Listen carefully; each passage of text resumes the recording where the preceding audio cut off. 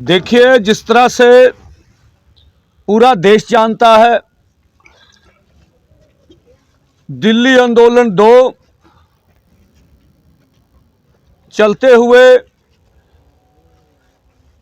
लगभग 11 महीने 3 दिन हो गए और डल्लेवाल जी का अमर अनशन आज 53वें दिन में पहुंच गया, 52वें दिन में सॉरी। और इस समय जो कुछ भी घटा ये दुनिया जानती है। शंभू हो या खनौरी हो या रतनपुरा हो, वहां पर केंद्र की मोदी सरकार ने दीवारें निकालकर ये बड़े हाईवे बंद कर रखे हैं और ये पंजाब अथवा हरियाणा की आर्थिकता को चोट पहुंचा रहे हैं।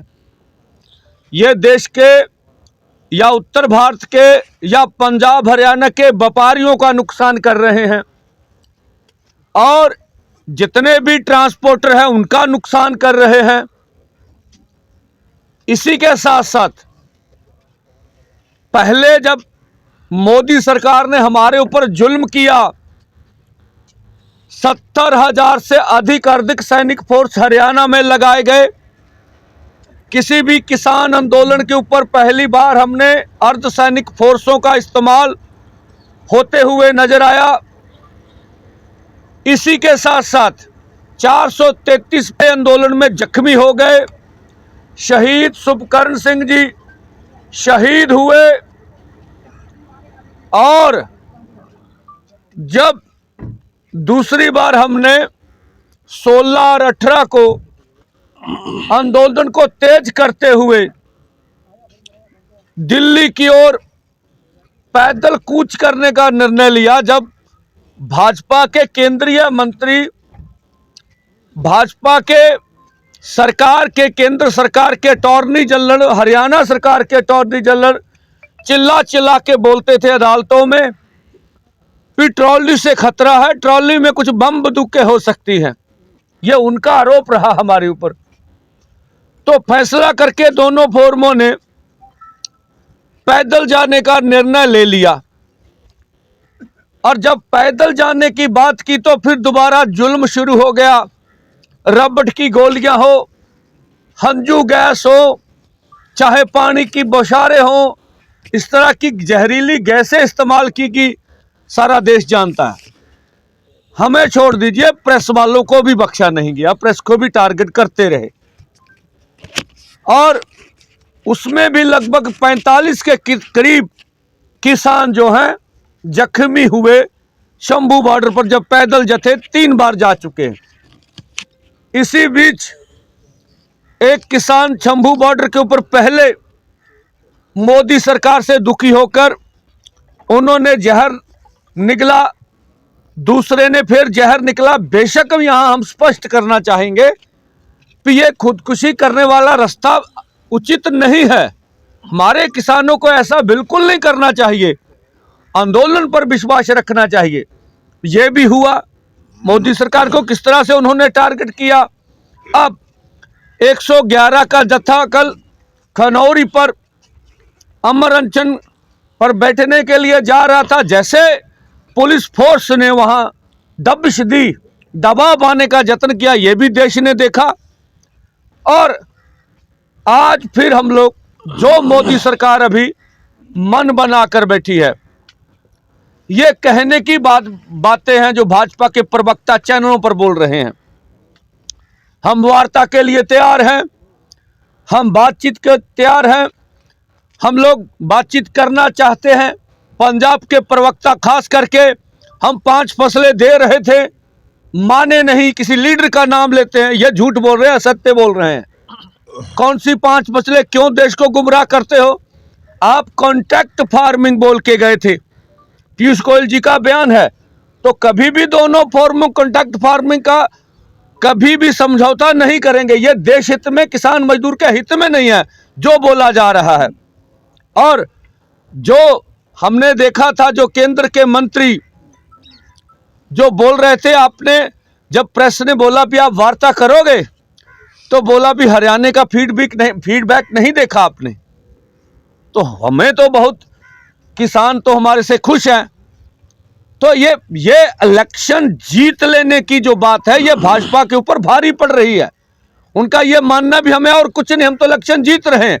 इसके बारे में सब हमारा निर्णय है दोनों फर्मों का। इलेक्शन कौन जीते कौन हारे ये हमारा विषय नहीं है। इलेक्शन भारत में मुद्दों पे आधारित नहीं होते हैं। यहां धन बल, बाहुबल और इसी के साथ साथ एक परसेप्शन बनाकर इलेक्शन जीते जाते हैं।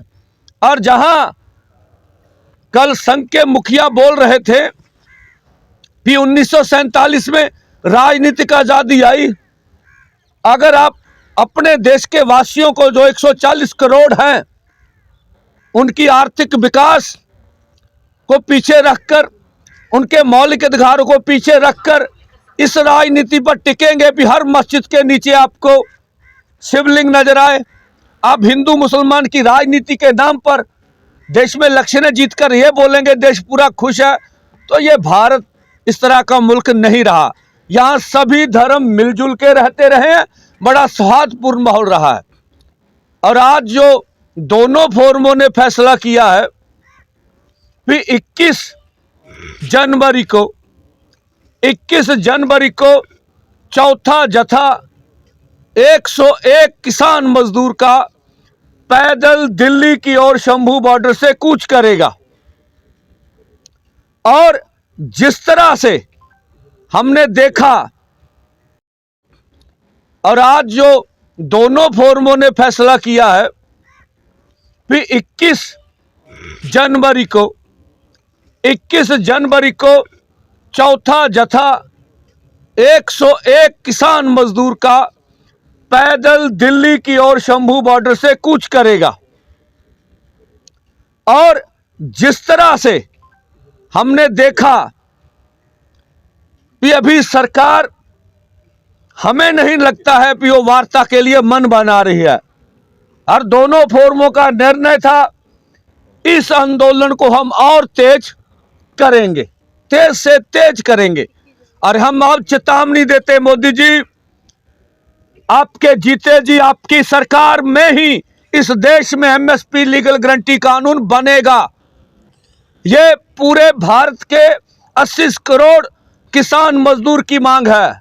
ये देश के किसान मजदूर को कर्ज मुक्त आपकी सरकार को करना पड़ेगा, चाहे आदिवासियों की मांगे हो, चाहे मजदूर की नरेगा का सवाल हो, सभी मांगे ये देश हित में है। अगर मोदी सरकार इसे ये कहती है भी भारत में कोई लोकतंत्र है, तो पंजाब बंद देख लीजिए, 3 करोड़ पंजाबियों ने क्या संदेश दिया आपको। आप लोगों की आवाज का सम्मान करिए और किसान मजदूर की मांग मानिए, नहीं तो आंदोलन आने वाले समय में तेज से तेज होगा। या आप हमें मारोगे या फिर हमारी मांगे मानोगे, ये आपका निर्णय होगा। हम अपनी ओर से पीसफुली ढंग से अपनी बात कहने के हक रखते हैं। इस मुल्क में जमहूरियत है, यहाँ हम अपनी बात जोर शोर से अपनी कहते रहेंगे। ये आज का ऐलान सा। प्रॉपर्टी बेचने और खरीदने के लिए संपर्क करें फेयर डील प्रॉपर्टीज।